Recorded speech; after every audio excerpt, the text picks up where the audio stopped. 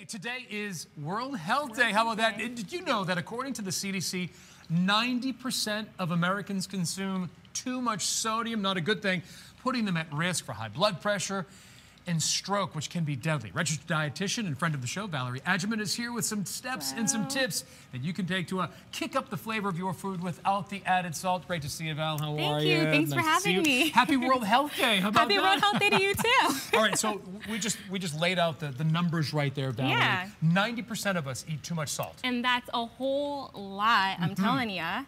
And you know what? A lot of restaurants, they have processed foods. Everything is pretty much salty. And you know, a lot of us, unfortunately, are getting heart disease, stroke, and we can lower those risks if we just stop the added salt and bump up the flavor with other things like spices and herbs. As you said, Valerie, a lot of it is processed, so it has that hidden salt in there as well already. Oh yeah, and did you know the dietary guidelines for Americans do recommend that we have 2,300 milligrams of sodium a day for healthy people, but for those who have hypertension, pre-hypertension, and for those who are African Americans, our recommendations, or the recommendations are 1,500 milligrams. 1,500. Yes, and that's only 3/4 a teaspoon. Right, we really so have to imagine? watch that salt Yes, intake. we do. All right, so how do we do it though, Val? How do we get that food tasting really good that you want to consume it and not, feel like you're kind of sitting there worried about your health? Yeah, and so we have a lot of great recipes here for us to go through today. Yeah. All have herbs and spices, but no salt at all. None. And so you can feel free to try anything. You're gonna do a little taste test. So first we have honey ginger roasted carrots, and I've used ginger, chili powder, and a little bit of sesame seeds with a little bit of thyme. And thyme it smells so good. Go on and smell that. Oh, yeah. Yeah, and so I just pop it in the oven. I also put a little bit of honey in it, so you can go on and taste that. I would love that. So run down again what we have here. Ginger, chili powder, and thyme. Chili powder, is that going to mean really spicy or no? Not so spicy. Do we need salt for that? No way, Jose. Yeah, and it's all about getting used to these flavors. I mean, our taste buds are so used to the sodium, so used to that salt taste. So as long as we're trying different things, we wouldn't even have to worry about, let me add this salt. Yeah. I think a lot of the times, people just go, it's like a knee-jerk reaction just to grab it. You need the salt. Oh, yeah. When you really don't. Yeah. What do we have here? So now we have chicken kebabs with tomatoes, rosemary, garlic, cloves, and black pepper. So we have some spices here.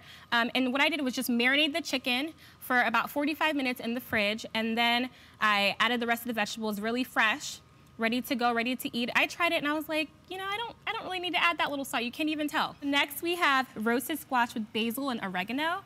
I used, this is basil, and so I use fresh herbs, but you can also get it from the grocery store. You can get oregano, and you can also get basil, which is already dried up for you. So good. Yeah. No salt necessary with this. Oh, yeah. Moving on down here, we've got, it looks like it was some rice. Yeah, so we have ginger and turmeric rice. And so I basically just, I sauteed some ginger and turmeric, mixed it all together, popped a little bit of onions, and then I boiled the rice with some water.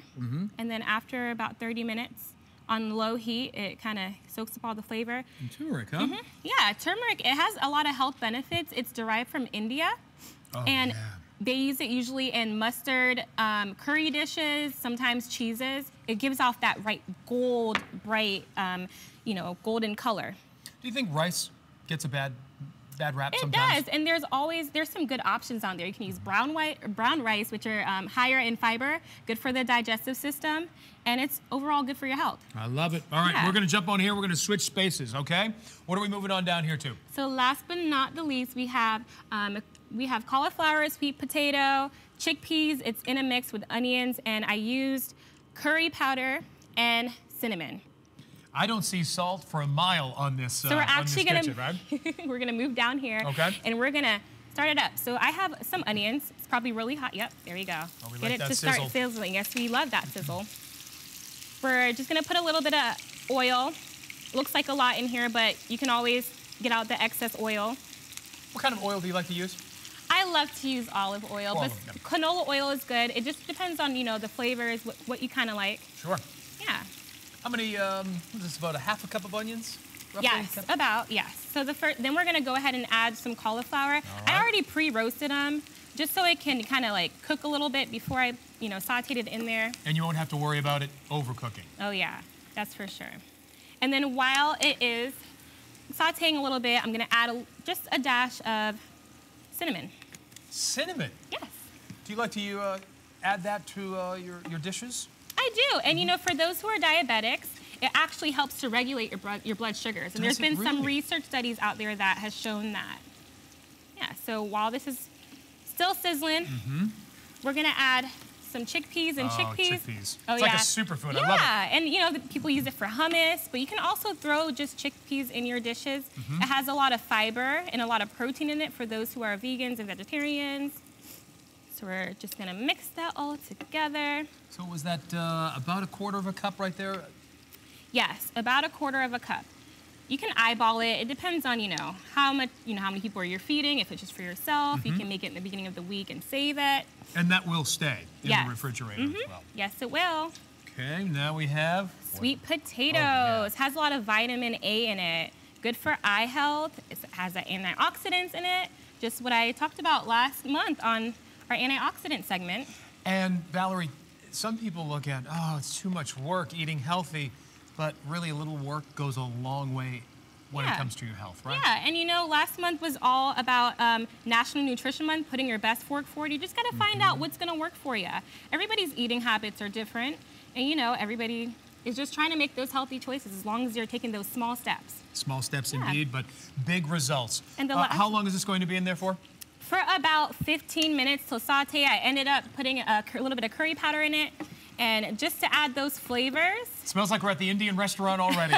Valerie, thank you so much. Leave that salt in the cupboard. We're going to post these tips and advice and recipes right on our show website by early this afternoon on WTVR.com/VTM.